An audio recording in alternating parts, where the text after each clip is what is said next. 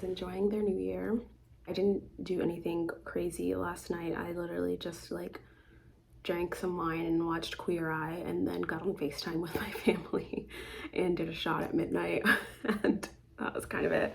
Even if, like, I didn't really want to go out anyway, but even if it felt safe to go out, I don't think I would, because I liked just kind of like having that time to myself, especially since it's like the end of my time off. But yeah, I hope everyone had a good New Year's. I hope you stayed safe, you had fun, you celebrated with the people that you wanted to celebrate with.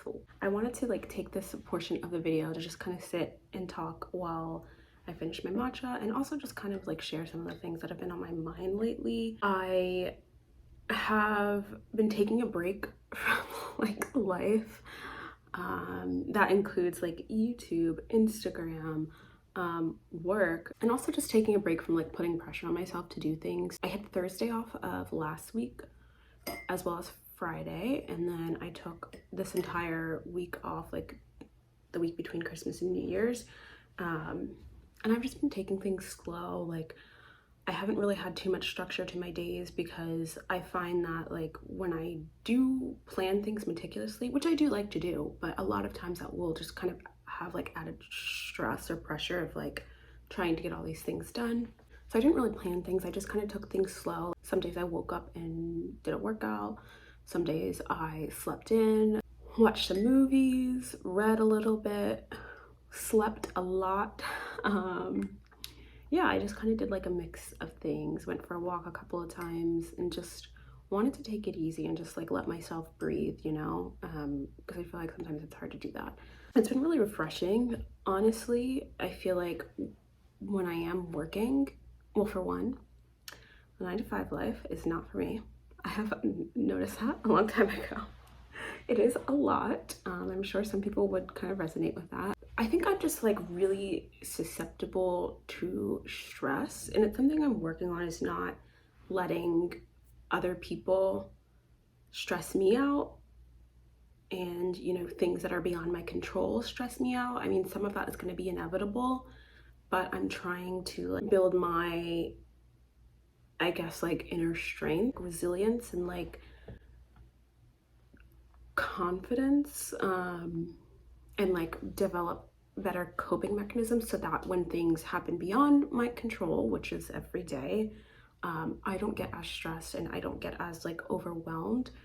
It's really hard at work because a lot of things happen beyond my control, and like the nature of my specific position is like really reliant on other people to be successful, which is really difficult for me. So I'm trying to work on like having stronger boundaries around work and just like not being as stressed out to the best of my ability.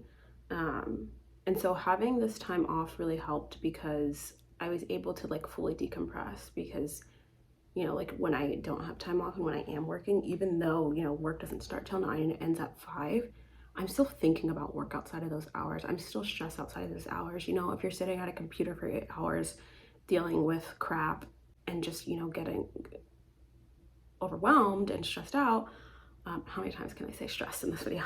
A lot. But if you're, you know, if you're 8 hours a day dealing with all of this stuff, a few hours in the evening really isn't enough to recover. And then when you repeat that for 5 days in a row, week after week, like, at least for me, I find it really hard. Like when I log off at 5, like it's not like, okay, now I'm all like happy and excited and like living life. Some days I really am able to just like log off at 5, shut off my work brain, and just, you know, live my regular life, but that doesn't happen all of the time. So yeah, this week off has been really nice to just give me space to like breathe and decompress. I'm not looking forward to going back on Tuesday, but I'm also trying to be like more, I guess, positive. We'll see. Another thing that I've been taking a break from is social media slash YouTube. I don't know if people would consider YouTube a part of social media, but I've been taking a break from that, as you have probably suspected. It's been a while since I've made a video, and that's like partly intentional, partly unintentional. I definitely intended on taking a little break from like social media and all of that in general, but it has ended up being longer than planned, or at least my break from YouTube, because I started that like a little bit earlier. And this is my break from like making YouTube specifically, not watching it, because I still watch other people's videos all the time. I was feeling like a little bit deflated, you know, like I was feeling a little bit unsure, like I didn't know what sort of content I wanted to create. I didn't know if like the things happening in my life would be interesting. And then also I was just going through some like mental health challenges that I didn't really want to like put on the internet. I just wanted to, you know, like rethink a few things, like think about the direction I wanted this channel to go in. That break where I just wanted to think about things turned into like a much longer hiatus. I think my last video I posted was like June or July maybe, so it's been about 6 months. In addition to that, I'm also taking a break from Instagram right now, just because I've been finding that I've been spending a lot of like time on there, like more time than I should, I guess. Not that there's like a right or wrong amount of time to spend on there, but I just wasn't feeling comfortable with how much time I was spending on there, and it wasn't like providing me with anything. I follow some influencers and stuff that I find interesting, but it's not in a way of like where I feel like I am like really gaining much. And I don't mean that in a rude way. I just, you know, follow them because I find like their lives interesting, but not necessarily because they're adding value to mine. And like my friends and family, like I keep in contact with them in other ways. So it wasn't like I needed to be on Instagram. So I was just kind of like on there just to be on there, not because I was like trying to get something specific out of it. So yeah, I wanted to take a break. I don't think I will be getting it back anytime soon. I still have my account. I just deleted the app. But I think I just need like a good break to like kind of like clear my head. What else has been going on in my life? I've really been trying to get intentional about taking care of my mental health. Like I was saying earlier, there are a lot of things outside of my control that affect that, like work and like, you know, everyday life responsibilities, and some like maybe more like existential, like societal things as well. So I've been trying to take better care of myself and like build that resilience, build healthier coping mechanisms. And a part of that I feel like I'm achieving through therapy. I've been in therapy for about 6 months now, but also just through like a lot of journaling and like self-reflection, spending a lot of intentional time alone, because I've always spent time alone because I like being alone, but also being an adult, you're gonna spend time alone. So by intentional time, I mean doing things that aren't just, you know, kind of like distracting me from like the rough day I'm having, but rather trying to really process what I'm going through in that moment, and like how I can maybe shift my mindset, or what I can do to like prevent rougher days in the future, or to come back from those rough days and not let the rough day turn into a rough week, month, year, again, to the best of my ability, because sometimes things happen. There are certain mental health things that I feel like you maybe can't prevent or can't control, but I am trying to, you know, be intentional with how I approach those things and how I take care of myself. So that includes like practicing self-care. One of the ways I like to do that is through painting. I love art. I've been passionate about art since I was a kid. And so painting is really like an act of self-care for me, because it's a time where I can like be by myself and do something that like brings me joy and makes me feel good. It makes me feel proud also, because when I am painting and I like take a step back and look at my canvas, I feel really proud of myself, of the things that I create. And honestly, I look at the canvas and I just think like, wow, I'm so freaking talented. Maybe that will sound like self-centered to some people, but that's how I feel when I look at my work. I feel proud of myself and I feel like accomplished. It lets me process my emotions. If I'm feeling anxious, or if I'm feeling sad, or if I'm feeling angry, channel that energy into creating something beautiful. So it's not like sweeping things under the rug and ignoring my emotions or bottling them up, but rather like expressing them. And that's kind of what I was trying to get at earlier with like intentional time alone. I don't think it's good to bottle your emotions up. It's definitely hard, especially when the things you're feeling may be unpleasant, but I feel like in the long run, it'll do you more good to go through them and acknowledge them and process them, rather than push them to the side or put them on the back burner, because then, you know, they're still there, they're just building on top of each other, and then eventually it'll implode. Another thing that I've been doing recently, I've been getting into puzzles, also writing poetry. I feel like there's like the typical self-care that people think of when you say self-care, you know, like getting your nails done, getting your hair done, taking a bath. And that can be self-care if that's what works for you, but I don't think that's like the definition of it. Self-care is really just anything that makes you feel like refreshed and rejuvenated. And for some people, like that might not be those like pampering like beauty things, and that's okay. And yeah, I'd say those are the biggest things that have been bringing me joy lately and have been helping me to feel more relaxed. So kind of transitioning a little bit and also closing out this video because I feel like I've been talking for so long. My 2022 goals and intentions.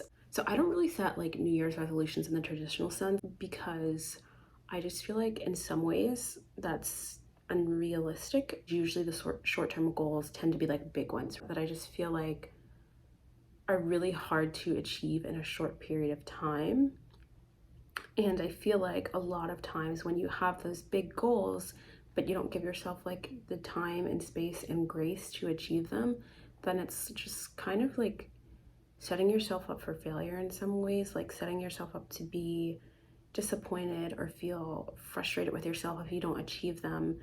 And that's just like not a healthy thing in my opinion. So I don't have like resolutions in the traditional sense. I just have some goals and things that I want to do, as well as some intentions. So my first goal is just taking better care of my mental health. And I'm kind of already doing that through some of the things that I talked about before, but essentially just keeping up with that. Another one is just getting more serious about my art. I love painting, and I've always had a dream of being an artist, whether it's full-time or part-time, but it's really difficult to like produce enough paintings to have a good inventory or have a good income from it. I want to start turning my paintings into digital prints. I've always wanted to get into like digital art anyway. You know, the paintings that I love and I'm so proud of, like I can still, you know, share that with the world by making them into digital prints. And then also that way I can have like much more inventory and I'm not having to spend a long time creating these unique individual paintings. So digital art I think would be a really good place for me to explore. Along the art lines is poetry. I've been really into writing poetry, and I've been thinking about self-publishing, which is really interesting to me, and it's something that I don't know, I just feel like it's really cool and I would love to do that and like have my own like original illustrations on the pages with the poems. And so that's something that I want to work towards over the next year or so. And then my last one is just growth in my career, growth in my art career, and you know, like that kind of stuff, but also like my 9-to-5 like nonprofit career. I have some like more specific goals with that, but I'm just not ready to share those right now. As far as my New Year's intentions, these are just some like mindsets, I guess, or practices that I want to like hold with me for this year. And I have three. Three? Do I know how to count? Maybe not. I have three for right now, and those are growth. So just growth in all aspects. Like I said, growth in my career, growth in like my journey as an artist, also just inner growth. The second one is grace, giving grace to myself and to others. I feel like I'm better about giving grace to others than I am to myself, and I'm sure some of you can relate to this. With others, I think I'm usually more forgiving and more understanding, but with myself, I'm like hypercritical, and like if I do something that's like wrong, I'm really hard on myself about that. So just giving myself grace and being more understanding, you know, like if I have a day where all I get done that day is like making my bed and getting dressed, understanding that, okay, today just wasn't a good day and that's okay, tomorrow's gonna be better, you know, giving myself grace and being understanding in that way. And then the last one is just practicing gratitude. I think it's really easy for people to like get down on themselves and also to kind of like lose sight of the good things happening in your life, and I'm definitely like guilty of that. It's something that I've noticed over the past few months. The bad things just take up so much brain space, and like there are good things happening in my life, is the thing, but it's like, it's so easy. It's so much easier to just focus on the bad things and let those weigh you down than it is to focus on the good things. So that's what I'm trying to do, is just practice gratitude. So yeah, growth, grace, and gratitude. Those are my 3 intentions for this new year. And that's kind of it.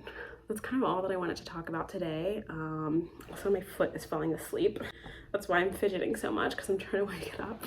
But yeah, that's it for this video. I just wanted to sit down and like talk about a few things, share some of my thoughts, some of my like goals and intentions, and just make my way back to YouTube. So if you like this video, I would really appreciate it if you could like and subscribe down below.